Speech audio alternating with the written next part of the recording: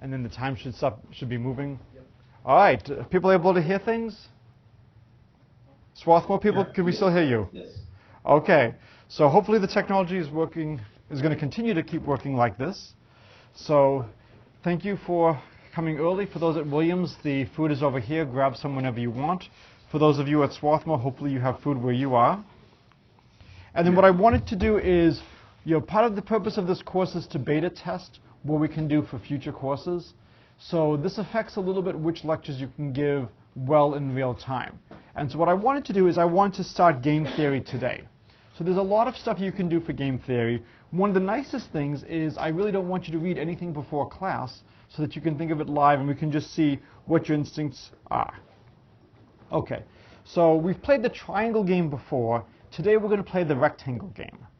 Okay, so consider an n by n board and we're going to take turns, Williams versus Swarthmore. Okay?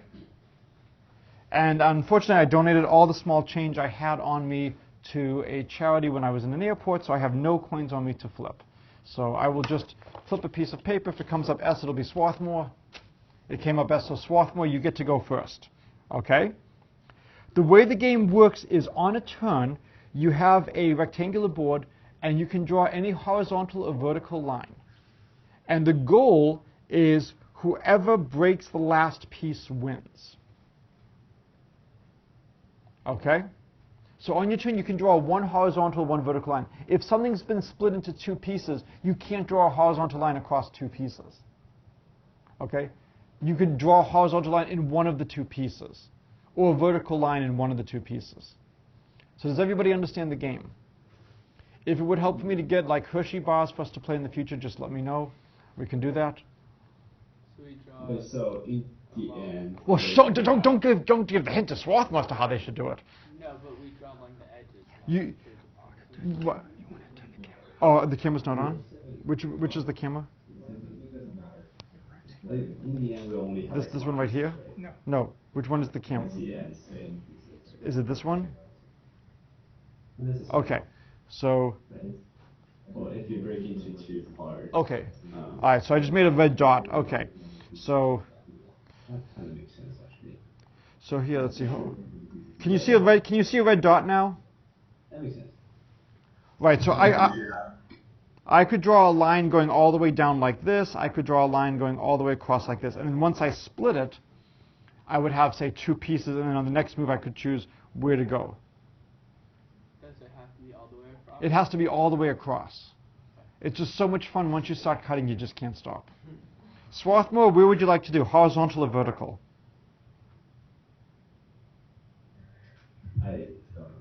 Let's just cut off the top row. Okay, you're going to cut the top row. Okay. So now, let's go to...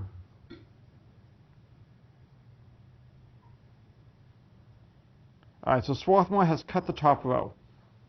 All right, Williams, what would you like to do? How do you respond? We shouldn't cut off the top row. Right, they've already cut off the top row. You can make a cut in the top row, or you can make a cut in the bottom block. But I don't think we should make a horizontal cut, because then they can make a horizontal. Oh, but then we can make a vertical cut. Right. So you can make 1, 2, 3, 4 cuts in the top row, or you can do 4 vertical or 3 horizontal in the bottom block. What would you like to do?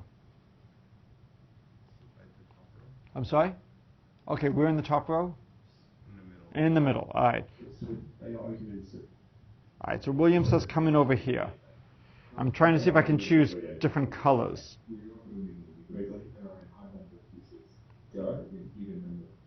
Yeah, but we started. Yeah. Oh, last one to break a piece. Last one to break wins. Okay. All right. Where do you go, Swarthmore? Doesn't really matter. How about second row? Okay. Just break it. All right, why do you say it doesn't really matter? Because I think we figured out an argument of why we're going to lose anyway. Yeah. All right, so Swarthmore, why are you going to lose? Do you want? So, whenever you make a cut, Right. you're always going to increase the number of pieces in play by exactly 1, because you can only cut one piece. Right. Turning it into 2 pieces. So the number of cuts is going to just be the number of squares minus 1. And this is 5 by 5, so they're an odd number of squares, so they're going to be an even number of cuts. And we went first. Excellent. So what word would you use to describe this? A what? A monovariant. This is a monovariant game, right? It's actually, surprise, it's actually related to stuff we've been doing in the semester, right? What's really nice is this is a monovariant is something that is either constant or moves in one direction. Not only does this move in one direction, it moves in one direction at a constant rate. No matter what you do, it decreases by 1. So if you want, when you're playing with little kids in elementary schools, you can, go, you can rub your chin, pretend to think and whatnot, and you can really sell it. And the kids can really be, pondering and thinking as to what their strategy is. But really, is there anything we can do to make this game interesting?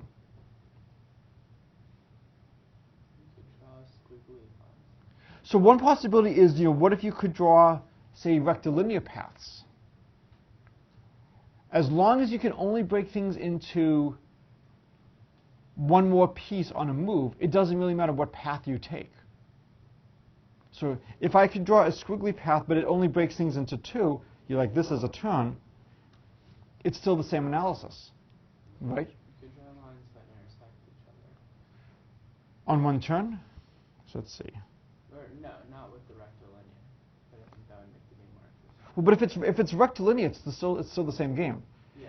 And so if I go like this for my first move, and maybe something like this for my second move, it looks like the game is significantly harder now because you have far more options. So this is an interesting question. Should I have given you the game first where instead of just doing rectilinear paths, we're doing straight line paths, I allowed you to do any polygonal line segment? Would that have changed how you viewed it? In an ideal world, I would have another section of this class, and I would play that game with them and see if it changes how quickly they realize it doesn't matter. But it's always when you see something, trying to think, what is fundamental? What's the real thing that's going on here? And the real thing is that we have a monovariant. So let's see if it writes variant. It's like there's no I in team. Oh. Okay, but there is in one. Okay, so that was the first game. And then these were just pages so I could write some notes if necessary. You did well on the first one. All right, second one, Tic-Tac-Toe. Swarthmore, since you went first last time, what do you think's only fair this time? Since we lost last time, it's only fair that we win. I like that logic. Okay. So have we talked about bidding tic-tac-toe in this class? This is one of 2 ways to make tic-tac-toe fun and challenging.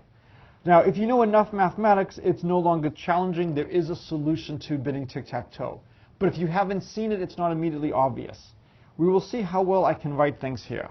So the way bidding tic-tac-toe is played is the following. You start off with a regular tic-tac-toe board. And for simplicity, let's say everybody starts off with $1,000. You're not allowed to just walk away with the money. It's just, fictional $1,000. Okay? Although we do actually have a budget for this class. I should check and see if they'll actually give us $1,000 to play intercollegiate tic-tac-toe. All right. Here's how it works. Each person starts off with $1,000. So let's see if I can actually, I'll try to write 1,000. So Williams has 1,000. Swarthmore has 1,000. All right? And then what you want to do is you want to decide how much is the first move worth to you. And you're going to make a bid. And then, so Williams will make a bid, Swarthmore will make a bid. Whoever bids the most gets the first move. There's 2 ways to play.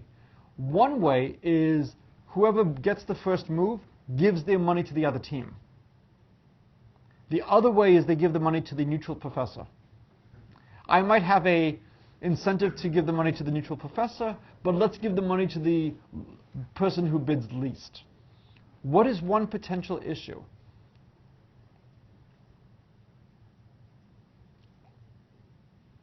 What could be a difficulty with this game? Well, you run out of money. Well, if you run out of money, then you just can't. Then you just lose the next bid. And how much will the other person bid? 1 cent. We'll say we'll do it in dollar increments. So if you bid the same amount? So that's good. So the issue is, what do you do if you bid the same amount? The way this is often analyzed in the literature is you add a tie coin. And somebody starts off with a tie coin at the beginning of the game. And if there's a tie bid, if you have the tie coin, you can choose, do you want to win or do you not want to win?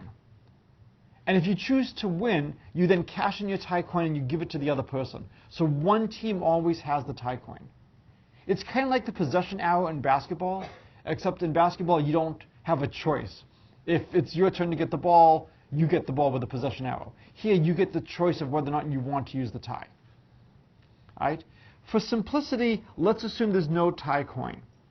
So what that would mean then is that if there is a tie, we just have to bid again. And do we come up with the bids independent of each other? So you come up with the bids independent of each other. So what I'm going to try to do is I'm going to try to mute everything. All right, so what I'm going to do right now is I'm going to mute the two people from here. Swarthmore, can you hear me right now? Yeah. All right. I'm trying to see if I can mute you. Devon, can I hear you now? Can you speak, Devon? John, can you speak?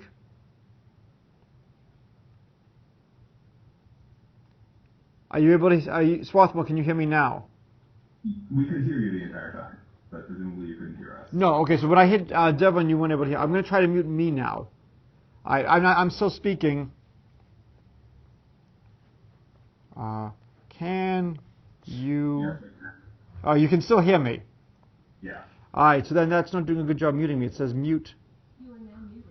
Oh, All right. there we go. Now it says you're muted, and I can't hear anything. Hello. Williams rules. Can you hear me? You are now unmuted. Okay. That seems like it can work. Okay. You guys ready? Mm-hmm. All right. So I'm going to try muting again. I'll mute both sides, and each side will have 1 minute to decide what you want to bid. Just wait 1 second. Okay. All right.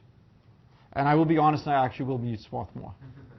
All right, guys, you got 1 minute. Clock is running. How much do you want to bid for the opening move?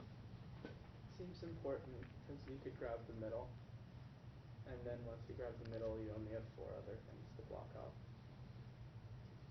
So this is an interesting question. Are you well, I can't say anything right now. That's not fair. Would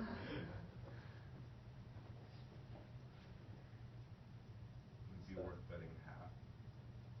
Too much too low. Well, I think we should also think, how much are they going to bet today? But we shouldn't bet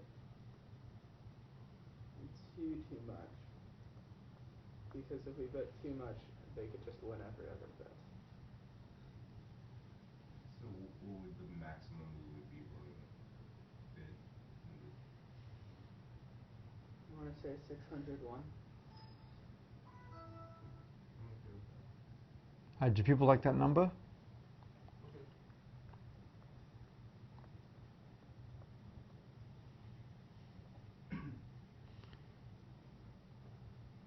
You are now unmuted. All right, Swarthmore, are you ready? Mm-hmm. All right. Yeah. We have the Williams bid. Williams, you're going to be number 1. Williams bid $601. Oh my. Yep. Okay. How much did you bid, Swarthmore? We did 0. You bid 0. Yeah. Wow. Oh, Williams, if you had bet less. All right, so Williams goes down to 399, and Swarthmore goes up to 1601. All right. I'm going to mute again so we can do the next round of bidding. Oh, we give it to the other person? Yeah. Oh, Did you not know that they were getting the money? no, whatever. Did you guys know they were getting the money? Yeah, I told you that we're not giving the professor the money. Do we choose a move first or Oh, yes, you choose a move. Where would you guys like to go? in the center? In the center, not a surprise. Okay. All right, are we ready for the next round?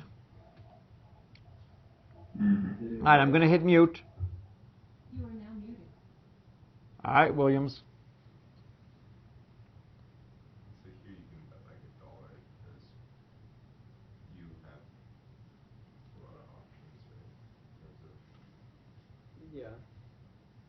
have two diagonals, I guess maybe you shouldn't listen to me anymore. But if you get one of the corners, that's blocking off two of their remaining options. It'd be nice, but I think because we have that center, we have kind of room to work with whatever it chooses, right? Yeah. Should we go 0? I think we should go 0. I mean, why not go 1? Because if they win, they still give us the money, right? But if we win... If we win, it's just gone. Okay, we can go 1, yeah.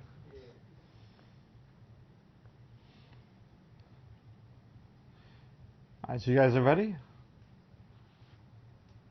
I ask, Okay. if you We win, can do this actually. if you win all Probably the fine. bids, do you just keep going each time and the others you can't respond? If you keep winning the bids, you keep going, yes. So presumably if you win all the 9 bids, Well, you're not going to win 9 bids. We're going to assume you guys know how to play tic-tac-toe. And if you win 9 bids, actually mathematically you can't win 9 bids. This is the pigeonhole principle.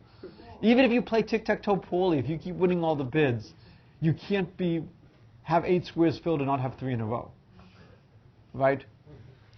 What's the maximum number of squares you can fill before you have to have 3 in a row? 6.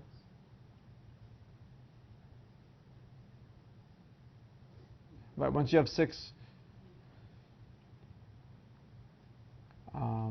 wait, no, you can do 6 without having 3 in a row. Yeah. That's right. Right, oh yeah, 6 is the maximum. Right. Pigeonhole principle. Once you have 7, you're fine. Okay. Swarthmore, you ready? 100. All right, how much are you? Okay, Williams, how much did you bid? $1. Swarthmore? How much did you bid, Swarthmore? Oh, I think You're muted. Oh, muted? You are now unmuted. Okay. All right, so I'm sorry, Swarthmore. Williams bid $1. How much did you bid? Yeah. 200. 200. Oh, yeah. Okay. Where do you want to go, Swarthmore? And you can't go in the middle. Top left corner. You don't want to go in the top right corner? I do There was a dispute. Okay. All right. So now Williams goes up to $5.99. Thank you so much for bidding that $1 extra. And Swarthmore goes down to $14.01.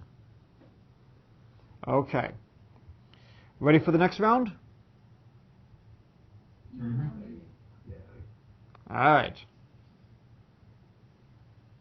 I think what's problematic if we lose this one and they end up with more money than us. Basically, if they bet less than 400 and they win, then they can grab a corner and they're going to have more money than us, and then they can win. Good logic.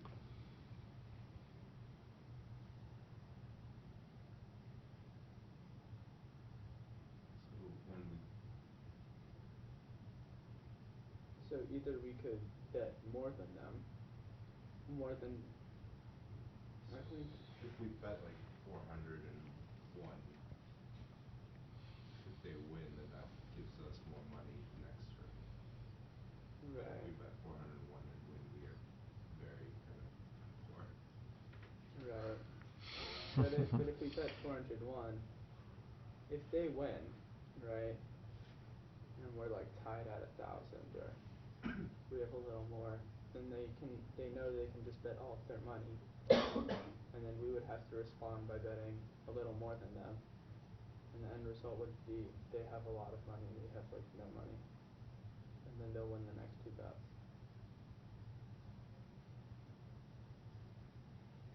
So it seems like my strategy of screwing us on the first bid didn't turn out too well. But if we win this bid, it forces them to respond in. I think we have to So I bid. We have to bid over 400. Because if they win this bid, like they can just go all in next round. Okay. So We have to bet at least what, 401? Yeah. Yeah. What's our bet? 401. All right, were you comfortable with the bid? Do you want to do a little more than 401? 402. Sure. I don't really care about either of You those. are now unmuted. All right, Swarthmore, can you hear me? Yep. Yep. Okay. Williams is bidding 402. Today we bid 300. All right. So, Okay. so you get another $402. You get 1803. Mm-hmm. And so since it's got to add up to 2,000, Williams has 197. All right, Williams, where do you want to go? Bottom left or top right?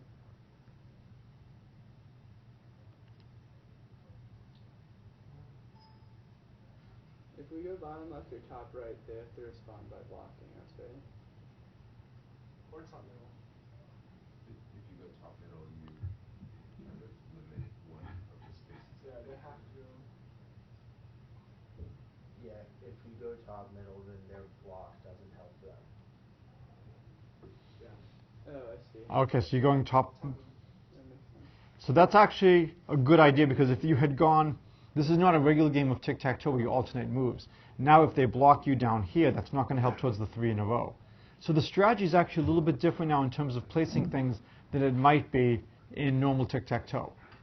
In normal tic-tac-toe, once you go center, corner, unless somebody misplays, the game is going to be a tie. All right, Swarthmore, you've got $1,803. Williams, you have 197. Okay? Swarthmore, I'm going to let you think for a little bit as to what you want to do. Okay? I'm going to hit mute. Ready? You are now muted. You are now unmuted. Whoops. Okay. So you, wait, Swarthmore, can you hear me? You are now muted. Okay. Yes. Can you hear me now? Wait. Huh? Well, here. I'm going to leave it unmuted in this case. Swarthmore, can you tell me what you're going to do? You're muted. Ah. All right. You are now unmuted. Can you hear me, Swarthmore? Can Yes. you okay. So we can hear you. Do we need to go through the hassle of muting anymore? Yeah. Tell me what you're going to do to poor Williams. We're going to do 198, and then again bid one more than you have, and take the next 2 moves. Yeah. So just to make it easier for me to write, can you bid like $200? Sure. And so they've got enough so that they can take the next 2 moves. And so, Williams, you'll try doing 197. You'll go all in. It's not going to help you. Swarthmore is going to go down to 1603. Williams is going to go up to $400. We made an error mistake. Even the error mistake doesn't help Williams. We'll put a little asterisk by this. Yeah, you take our space. Yep. We're even giving Williams an addition mistake to help. Where do you want to go, Swarthmore? Below our other one. Right, there's no need for you to block. You don't have to waste one of your moves blocking Williams. Right? Mm-hmm. And so how much do you want to bet on the next round? 401. Yeah.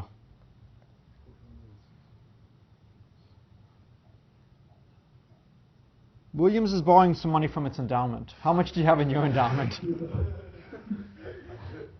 All right, we can't do that, of course. So Swarthmore will win. So what was the mistake that Williams made? I prefer not to phrase it as listening to one of our students. But this is the point: is looking at something that's not completely new. It's related to something you've seen before, but it has some new features. So the question is always, when are your previous experiences helpful? You've played tic-tac-toe for years. Is it easy for you to think about this because you know some stuff about tic-tac-toe? Well, it turns out, in a tic-tac-toe game, if you have the configuration, which we had over here, you would not expect anybody with tic-tac-toe competence to go in the bottom left corner. Right? You would expect them, they should go right here. And then that would take more moves for Swarthmore. But because this is not normal tic-tac-toe, you don't have to block. You can leave yourself on the precipice. So in the last game, William started off with $601 for the first move. When you play this, what is your objective when you're playing bidding tic-tac-toe? Okay, one objective is to win. What's another objective? Accrue enough money so that no matter what they do, you'll win in a given. Okay, that's still playing to win. One objective in bidding tic-tac-toe is to play to win. There is another objective that you could do instead. Well, the money doesn't really matter at the end. Anybody ever watch Whose Line Is It Anyway? You know, the points don't matter. All right, think of the money as the points. They don't matter. It's just what mood Drew Carey is in. And we know which people he doesn't, I think, like Ryan Stiles. All right. What is another possible objective in bidding tic-tac-toe? Instead of playing to win, what might you be playing for? Go for a tie. You could be playing for a tie. That your objective might be, I just don't want to lose. A lot of people, when they do NCAA basketball tournaments in their office pools, they just don't want to look like a fool. They don't want to be dead last or near the last. They want to go for like a safe middle pick. And so for some things, your strategy might be, I just don't want to lose. And then you might play very differently if that's the case. Any Star Trek Next Generation fans here? Sort of. There was a War Games episode with Commander Riker on the Hathaway against Picard. Do you remember that episode? I think so. You had the Zektorn, and Data was playing him in Stratagema, and Data realized that he couldn't beat him, that as soon as Data tried to win, he would make a mistake and the opponent would exploit it. That the only way is to play not to win, is to just keep protecting your position. And when Data played like this, he wasn't able to win, but he wasn't going to lose. And the Zektorn was furious at him. So again, your objective might be you want to win, and there could be a winning strategy depending on if there's a chip and whatnot. Or your strategy might be, I just don't want to lose. And you might then conserve certain amounts of money. So I think it's pretty clear that the $601 was a huge amount of money to bid on the first square. The first square is extremely important. But if you can get moves 2, 3, and 4, you will win. If you get moves 3, 4, and 5, you will win. What if you get moves 4, 5, and 6? Well, no, if the other person gets moves 1, 2, and 3, you will lose. So the first person to get 3 consecutive moves, if it's early enough in the game, will always win. So if you can guarantee that you get 2, 3, 4, or 3, 4, 5, that's enough to win the game. So it now becomes an interesting question, how much should you bid for the opening move? So let's play one more game. All right, so I'm going to hit mute, and we'll see what the opening bids are now, and we'll see what the strategies are. Are you playing to win, or are you playing not to lose? All right, you ready, Swarthmore? Mm-hmm. Okay. And how long do you guys have before you have to get to other stuff? We both have a class at 9:30. Okay, so we probably have like another 10 minutes? I can go like right up to it from in the same building. Okay. But All right. I'm going to hit mute now. You are now muted. All right. I have to mute them just in case they can tell if I'm not. All right, now how much do you guys want to bid for the first move?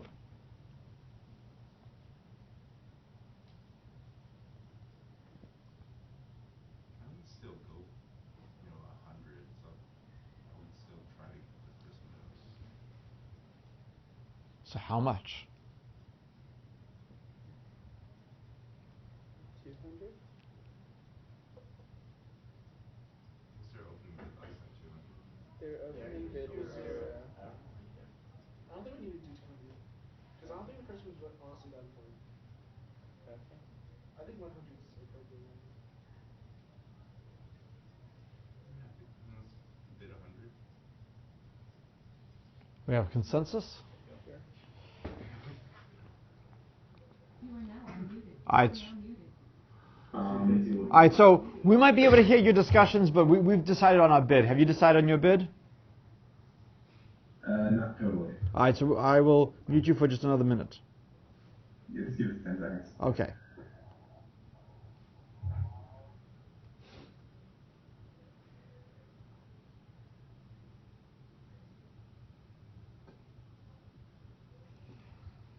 Do, do, do, do. I could probably toggle and put up like Jeopardy. All right.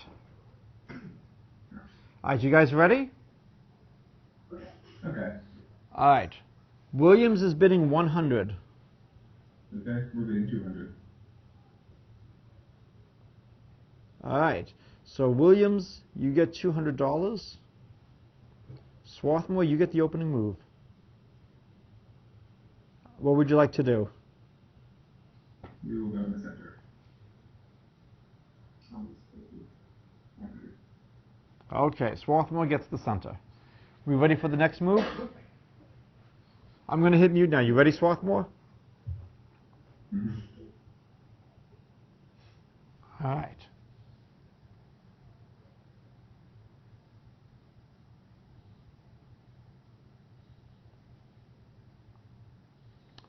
What do you want? 200? About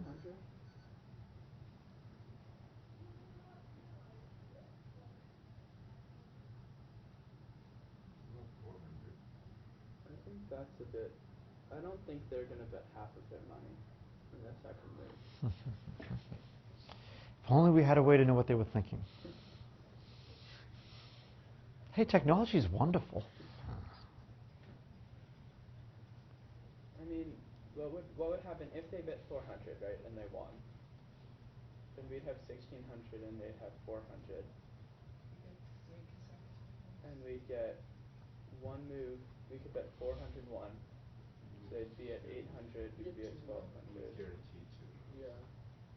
But 2 moves would be enough to not lose, right? Or I guess not.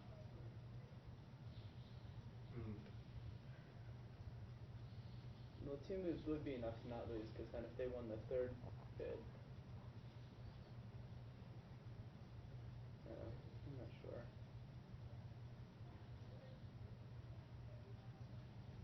Betting 300 being. But I don't think we need to bet 400, because I think if they bet 400 and win, we're in a pretty secure position. So 200, 250 per week. I think something in that range would make sense to me. 250. Sure.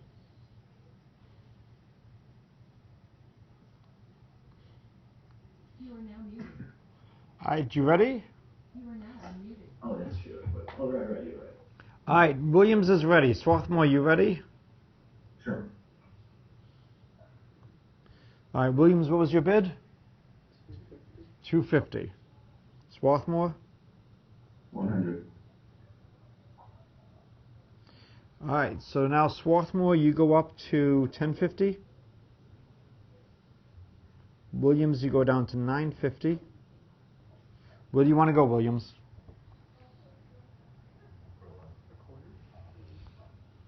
A corner? I think a corner. A corner? Because a corner blocks off like a row and a column and a diagonal. All right. All right, so we will put Williams over there.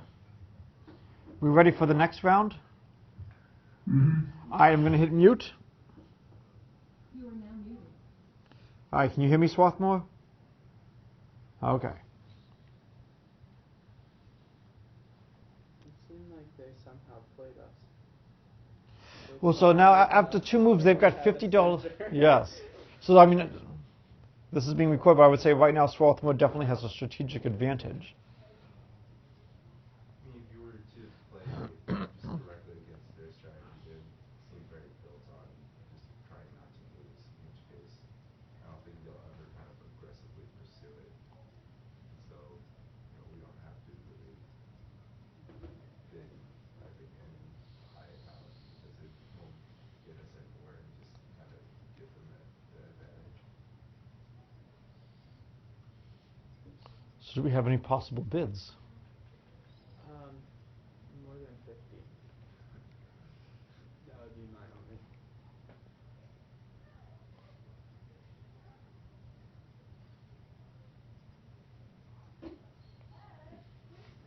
I need a number. think we could figure out how much money they would need to spend for the next move so that we wouldn't lose. You know what I mean? Right, but you have to do these calculations quickly.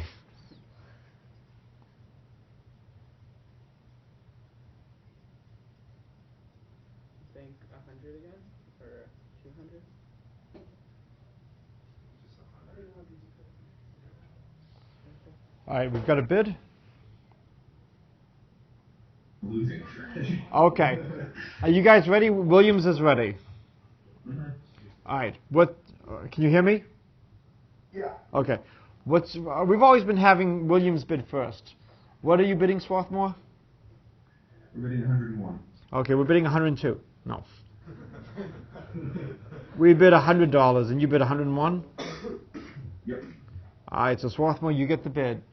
Where do you want to move? Let's go in the top right corner this time.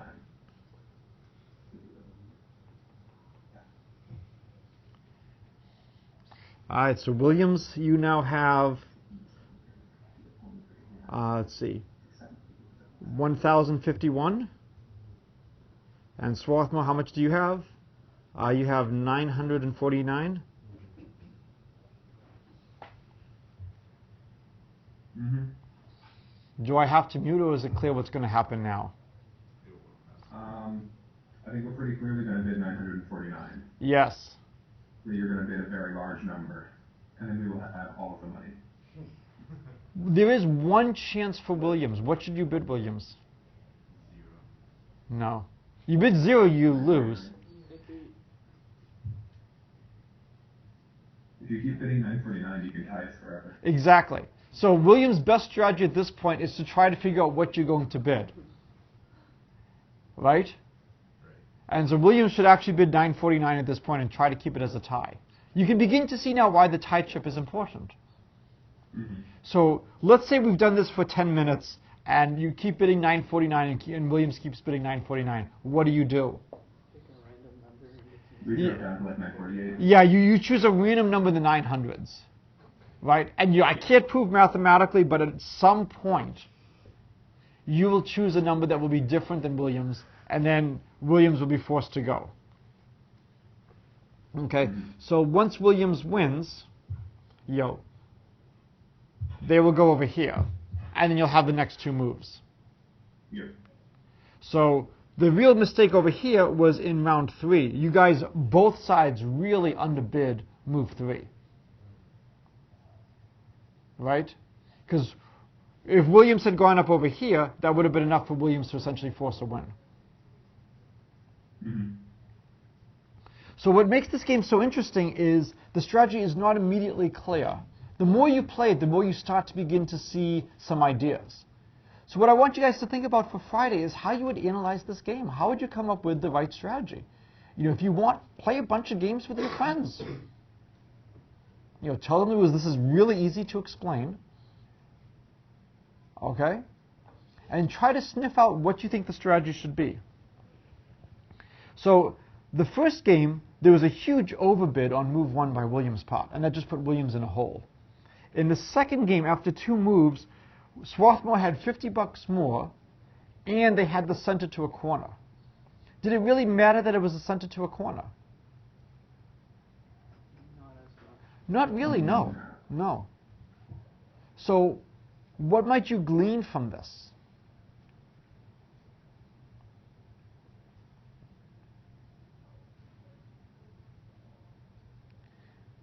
The center may not be as important as you think. How many people here play chess? How many people here play Bughouse Chess? Okay.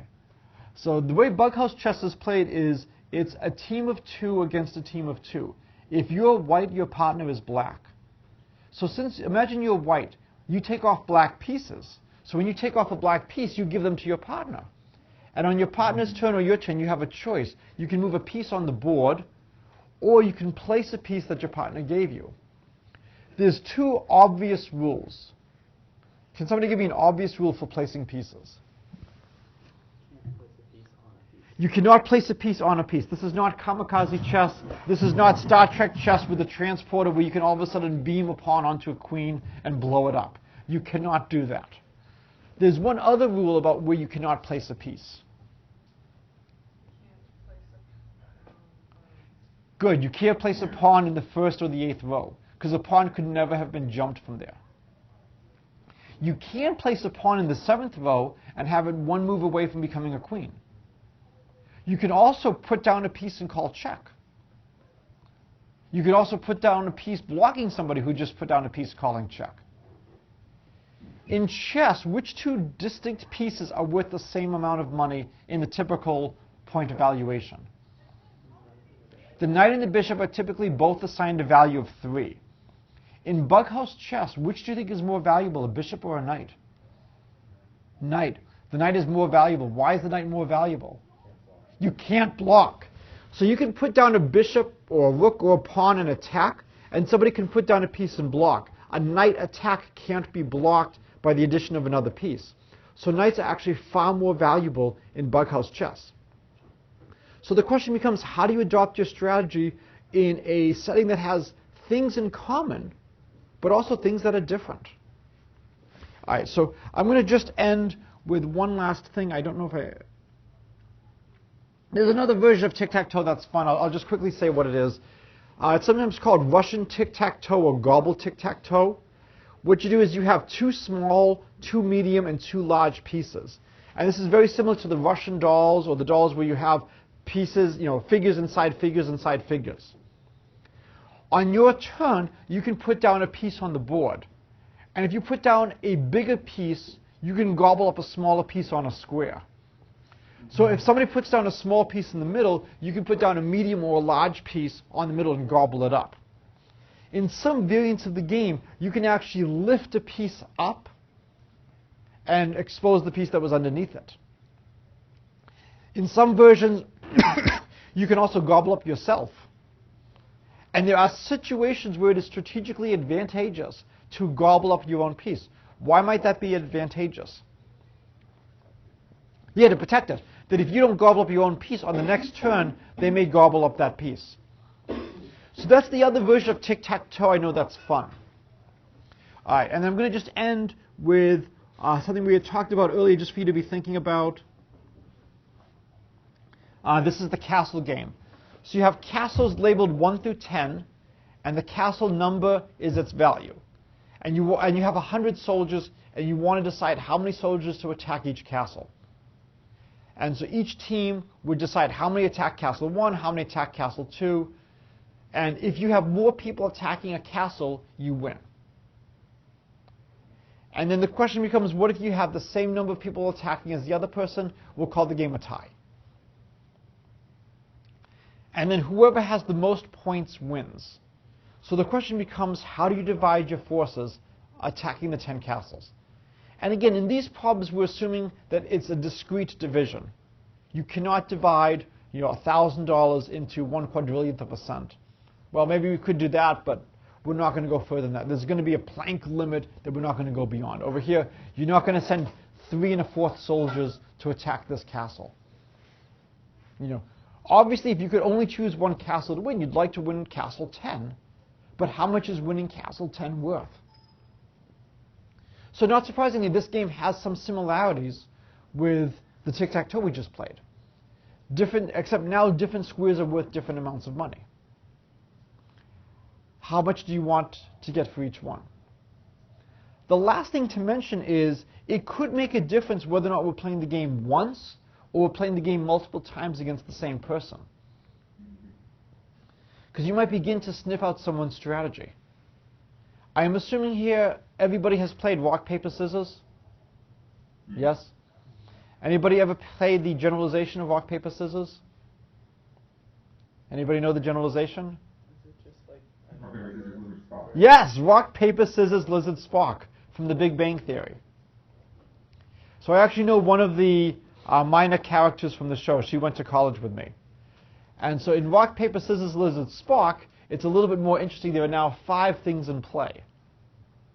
And every now and then in the Big Bang Theory, when they're trying to decide among various options and they have multiple people, they will do something like this. So all of these things, we're taking something you've seen before and trying to use our problem-solving skills as to how do we attack this. There is a danger of being misled by similar things. In the first game of Tic-Tac-Toe we played, we were definitely here at Williams misled into the importance of the center square. We have to get the center.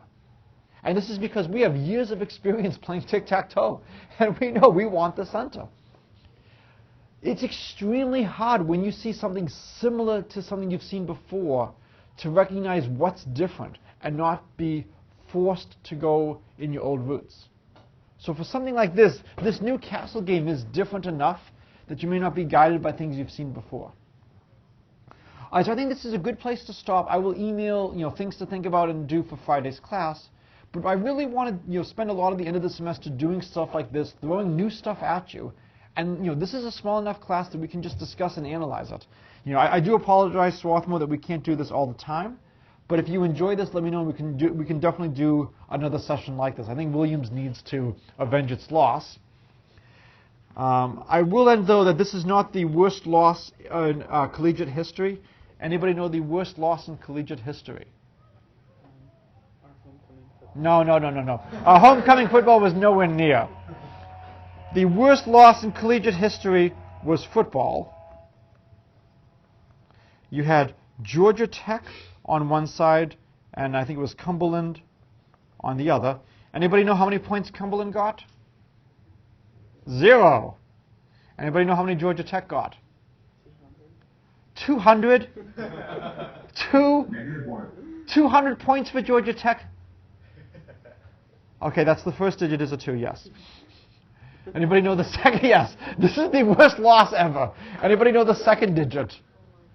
Has a lot in common with the first digit. Anybody know the third digit? Also has a lot in common with the second digit. I believe there were no first downs in this game. It's fascinating reading what happened in this game as to how you could lose. So, if you ever think you've had a bad day, console yourself. It can't be as bad as 222 to 0. Okay? No, there's a lot more going on behind this. Right. Well, glad everybody was able to join. We're going to now try to... Adam, you want to help me turn everything off so we don't lose the recording? Adam, you want to help me turn it off so we don't lose the recording? Okay. All right, so have a good day, everybody. Okay. Can you hit stop on the recording over there? Do I hit the...